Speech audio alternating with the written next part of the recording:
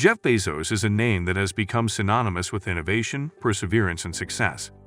He is the founder of Amazon, the world's largest online retailer, and one of the wealthiest people in the world. His story is one of hard work, risk-taking, and a deep belief in the power of technology to transform the world. In this video, we will take a deep dive into how the e-commerce giant and its founder made it to the top. Born on January 12, 1964 in Albuquerque, New Mexico, Bezos showed an early interest in science and technology. He even once rigged an electric alarm to keep his younger siblings out of his room. To add to his curiosity, he graduated from Princeton University in 1986 with degrees in electrical engineering and computer science. After graduating from college, Jeff got employment at Vittel, before moving on to D.E. Shaw & Co., a hedge fund that was just getting off the ground and had a strong emphasis on mathematical modeling. Bezos quickly made an impression at D.E. Shaw, and by the age of 30, he had risen to become the company's fourth senior vice president. In late 1993, Jeff Bezos was on the hunt for his next big venture. He stumbled upon an article that stated the internet was growing at a mind-boggling rate of 2,300% per year, and the idea of establishing an online bookstore began to take shape in his mind. With a fire in his belly and a vision in his mind, Bezos and his then-wife, Mackenzie Scott, made the bold decision to leave their comfortable jobs at D.E. Shaw and dive headfirst into the unknown waters of entrepreneurship. They founded Amazon in a rented garage in Bellevue, Washington on July 5, 1994, armed with nothing but their determination and a solid business plan that they had written during a cross-country drive from New York City to Seattle.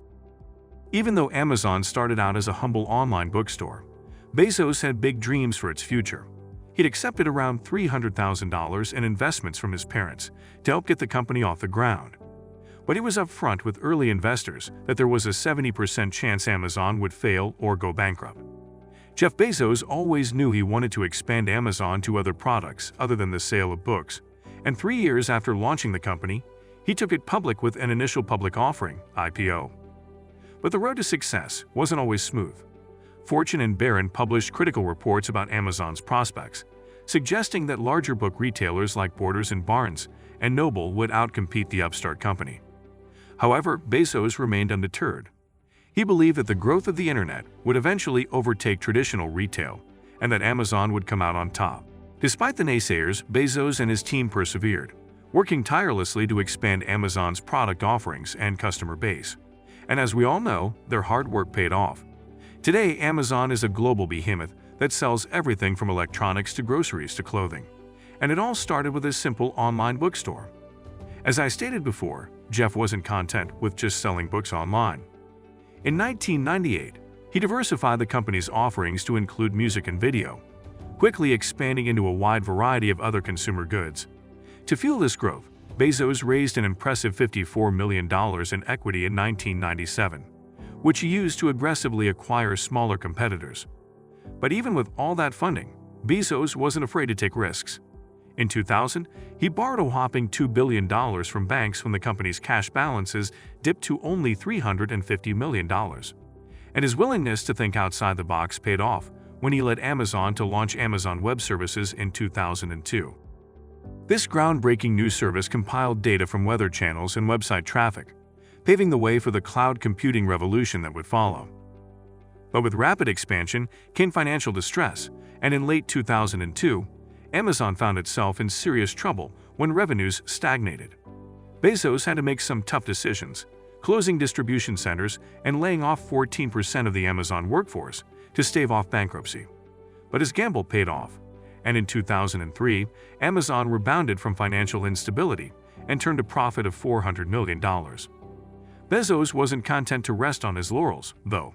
In November 2007, he launched the Amazon Kindle, a revolutionary device that allowed readers to experience a flow state similar to that of video games. And in 2013, he secured a massive $600 million contract with the Central Intelligence Agency on behalf of Amazon Web Services, as well as getting Amazon to be recognized as the largest online shopping retailer in the world in October of that year. In 2013, Jeff Bezos also announced his purchase of the Washington Post for $250 million in cash. But this wasn't just an impulse buy, as the idea was actually suggested by his good friend, Don Brown.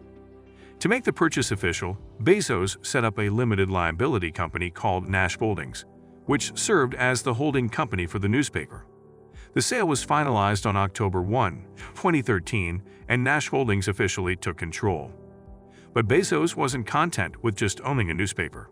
In 2014, he made a bold move by lifting the online paywall for subscribers of local newspapers in Texas, Hawaii, and Minnesota, making the Washington Post more accessible to readers across the country.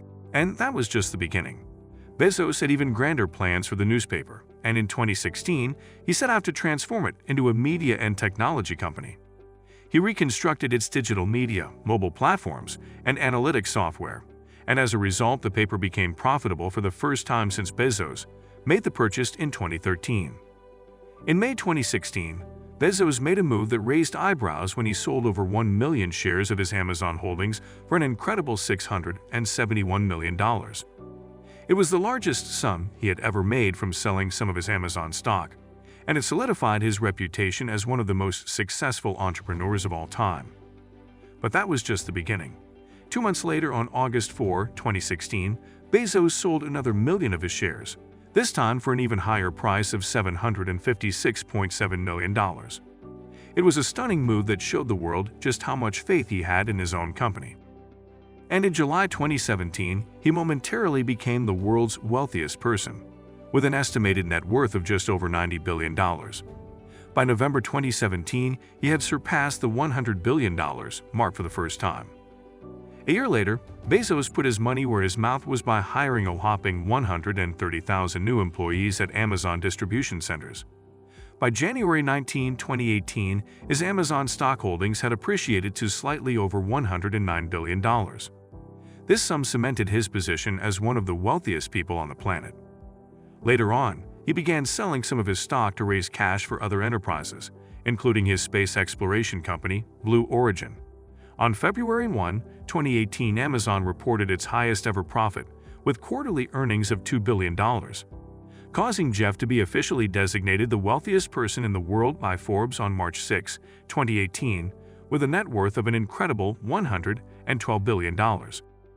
Bezos had expressed a keen interest in expanding Amazon into India, especially with the growth of Alibaba in China. So in March 2018, Bezos showed his commitment to expanding Amazon's presence in India by dispatching Amit Agarwal, the company's global senior vice president, to the country with a whopping $5.5 billion to localize operations across the entire supply chain routes. This move demonstrated Bezos' strong belief in the potential of the Indian market and his determination to win over customers there. But later that month, things took a sour turn when U.S. President Donald Trump publicly accused Amazon and Bezos of a slew of issues, including sales tax avoidance, misusing postal routes, and anti-competitive business practices. As a result, Amazon's stock price took a 9% hit, wiping out a staggering $10.7 billion of Bezos' personal wealth. However, just weeks later, Bezos bounced back in style when academic reports from Stanford University debunked Trump's accusations, stating that the president had little power to regulate Amazon in any meaningful way. This reaffirmed Bezos' position as a savvy businessman who knows how to weather a storm. And though Bezos had decided in February 2021 that he would step down as CEO of Amazon in the third quarter of 2021 and become the executive chairman of the Amazon board, in September 2021, Bezos co-founded Altos Labs with Yuri Milner, a generously funded biotech company dedicated to longevity therapeutics via cellular reprogramming. The company launched in January 2022 with a start capital of $3 billion and a team led by Hal Barron, recruiting prominent scientists like Belmont, Horvath, and Yamanaka. In all, despite the criticism and controversy throughout his career and his personal life being the subject of tabloid speculation, Jeff Bezos was and is a true visionary and a trailblazer in the world of technology and e-commerce. His story is one of hard work, risk-taking, and a deep belief in the power of innovation to transform the world. Whether you admire him or criticize him, there is no denying that Bezos has left an indelible mark on the world of business and technology, and his legacy will continue to inspire entrepreneurs and innovators for years to come.